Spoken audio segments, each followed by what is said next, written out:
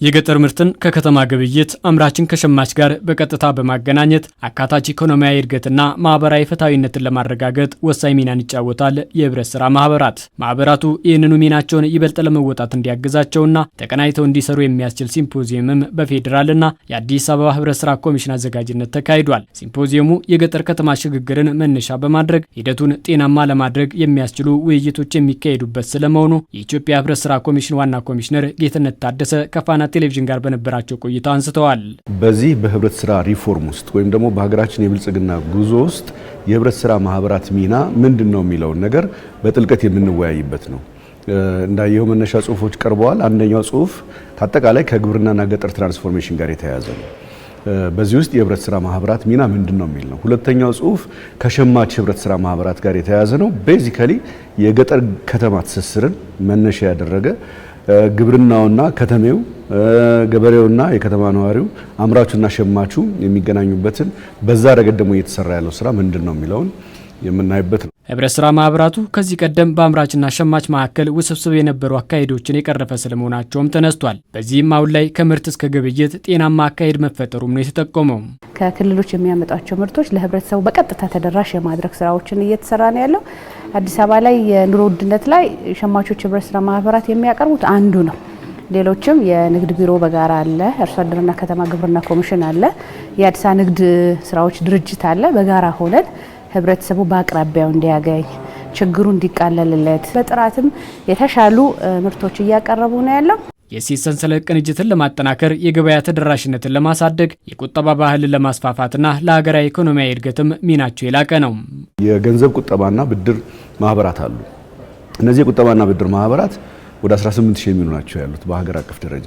ከነዚህ ውስጥ ወደ 241ን ወስደህ ብትመለከት በጣም ትልቅ ካፒታል የሚያንቀሳቅሱ ናቸው።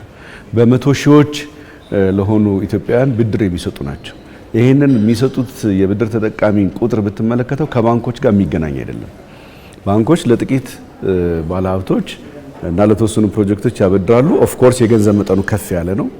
ግን ደግሞ በህብረት ስራ ማህበራት በገንዘብና ቁጠባ ብድር ማህበራት ደግሞ ብትመለከት በጣም ለብዙ መቶ ሺህ ተጠቃሚዎች ብድር ይሰጣሉ። የአክሰስ ቱ ፋይናንስ የምንለው ፋይናንሻል ኢንክሉዥን የምንለውን ያካተተ ስራ የሚሰሩበት ነው ማለት ነው። በአገር አቀፍ ደረጃ እንዲሁም በአዲስ አበባ ከተማ የሚገኙ ማህበራት የኑሮ ውድነትን በማስታገስ ረገድም ጉልህ ሚናን እየተወጡ ነው የሚሉት ደግሞ በሲምፖዚየሙ በእንግድነት የተገኙት የአዲስ አበባ ከተማ ምክትል ከንቲባ ዣንጥረር አባይ ናቸው።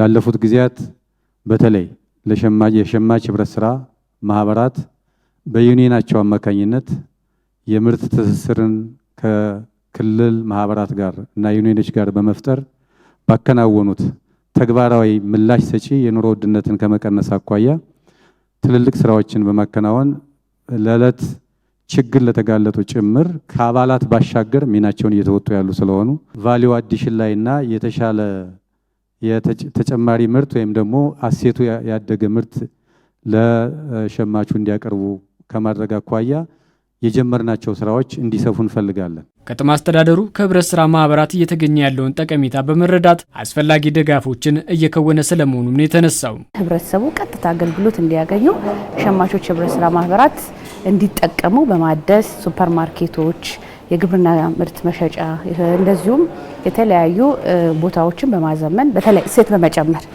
ለምሳሌ ጤፍ በመጋዘኖቻቸው ይሸጣሉ። በተጨማሪም ደግሞ እሴት በመጨመር በ5 ኪሎ በ10 ኪሎ ለህብረተሰቡ በሱፐር ማርኬቶቹን እየሸጡ የሚገኙበት ሁኔታ ነው ያለው። የሲምፖዚየሙ አካል የሆነው ባዛርና ኤግዚቢሽንም ከነገ ጀምሮ ለ5 ተከታታይ ቀናት የሚካሄድ ሲሆን ሸማቹም ተሳትፎ በማድረግ እንዲጠቀምም ጥሪ ቀርቧል።